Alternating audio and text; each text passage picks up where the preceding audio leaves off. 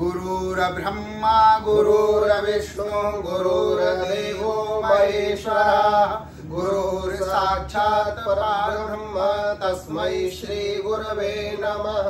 अखण्डमण्डलाकारं व्याप्तं येन चराचरं तत्पदं दर्शितं येन तस्मै श्री गुरवे नमः।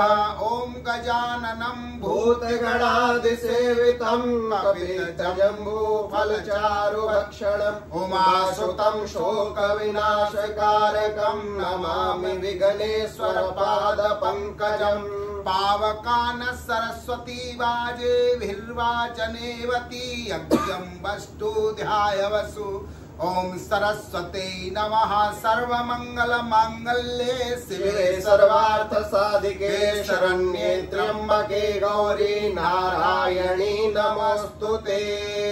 ॐ हरिः ॐ नो भद्राः क्रतवो यन्तु विश्वतो दग्धासो अपरीतास उद्भिदाः देवानो यथा सदमिद्रे अशन्न प्रायुः रक्षितारो दिवे दिवे देवानां भद्रासु मतिर्ऋजूयतां देवानागुंरातिरभिनो निवर्ततां देवानागुंसख्यमुपसेद्धिमा वयं देवान आयुः प्रतिरन्तु जीवसे तान् पूर्वयानि विदधूमहे वयं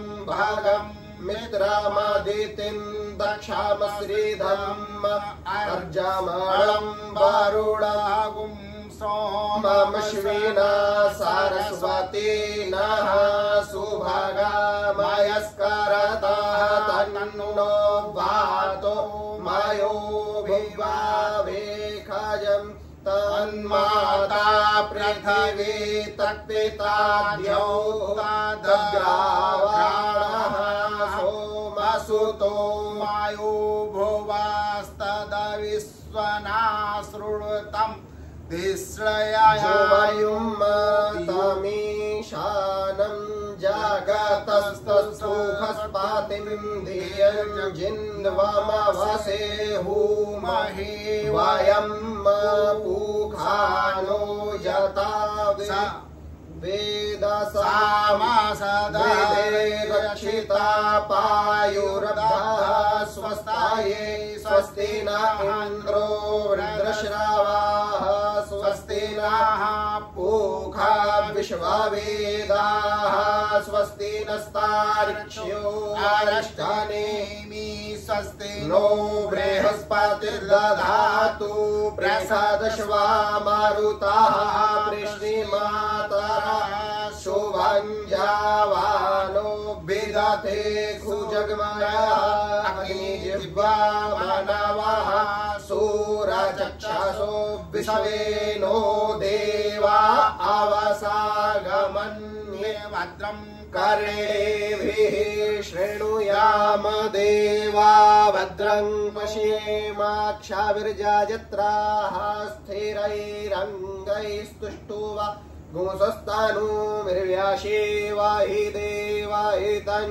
जदायुः शतमिन्नु शारदो अन्ते देवा जत्रा नश्चक्रा जरसन्तनूनाम् पुत्रासो जुत्रापितारो भवन्ति मानो मध्यारीरिषायुर्गन्तो आदितृद्यो रादितेरन्तरिक्षादितिर्माता स पिता स पुत्रः विश्वे देवा आदितिः पञ्चजना आदितिर्जातमदितिर्जनित्वमाद्यौहौ शान्तिरन्तरिक्षगुं शान्तिर्पृथिवी शान्तिराप शान्तिरोषधयः शान्तिर्वनस्पतयः शान्तिर्विश्वे देवाः शान्तिर्ब्रह्म शान्तिः सर्वगुं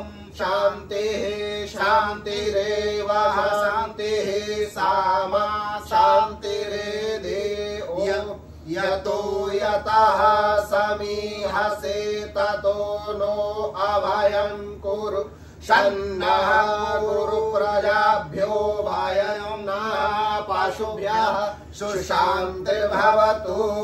अथ देवता नमस्कारः। श्रीमन्महागणाधिपतये नमः। लक्ष्मी नारायणाभ्यां नमः। उमामहेश्वराभ्यां नमः। वाणी हिरण्यगर्भाभ्यां नमः। शची पुरन्दराभ्यां नमः। मातृचरणकमलेभ्यो नमः। इष्ट देवताभ्यो नमः। कुल देवताभ्यो नमः। ग्राम देवताभ्यो नमः। वास्तु देवताभ्यो नमः। स्थान देवताभ्यो नमः। सर्वेभ्यो देवेभ्यो नमः। सर्वेभ्यो ब्राह्मणेभ्यो नमः।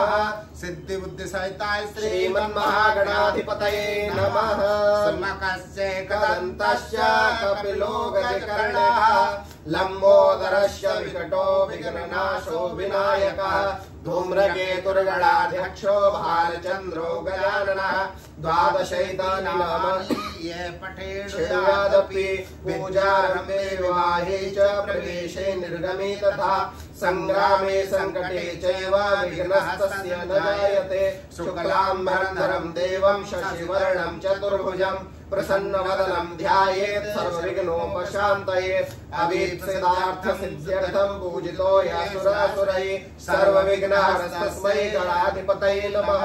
सर्वमङ्गलमाङ्गल्ये शिवे सर्वार्थसाधिके शरण्ये त्र्यम्बके गौरी नारायणी नमोस्तुते। सर्वदा सर्वकार्येषु नास्ति तेषां मङ्गलम्। एषा हृदयस्थो भगवान् मङ्गलाय तनुं हरि। तदेव लघिनं सुदिनं तदेव तारावलं चन्द्रवलं तदेव विद्यावलं देववलं तदेव लक्ष्मीपते ते गृयुगं स्मरामि। लाभस्तेषां जयस्तेषां कुलस्तेषां पराजयः। येषामिन्द्रिवर्ष्यामो हृदयस्थो जनार्दन। यत्र योगेश्वरः कृष्णो यत्र पार्थो धनुर्धरः तत्र श्रीर्विजयो भूतिर्ध्रुवा नीतिर्मतिर्मम। सर्वेष्वारम्भकालेषु चिन्तयन्तो मां ये जना पायुर्पासते तेषां नित्याभियुक्तानां योगक्षेमं वहाम्यहम्। स्मरते सकलकल्याणभाजनं यत्र जायते पुरुषं तं जं नित्यं भजामि शरणं हरम्। सर्वेषां सर्वकार्येषु त्रयस्त्रिभुवनेश्वरः देवादिशन्तु नः सिद्ध्यं ब्रह्मेशानि जनार्दन। विनायकं माधवं तुण्डी दण्डपाणिं च भैरवं वन्दे काशी गुहानं भवानी मणिकर्णिकां। वक्रतुण्ड महाकाय कोटिसूर्यसमप्रभ निर्विघ्नं कुरु मे देव सर्वकार्येषु सर्वदा। सर्वकार्येषु सर्वदा।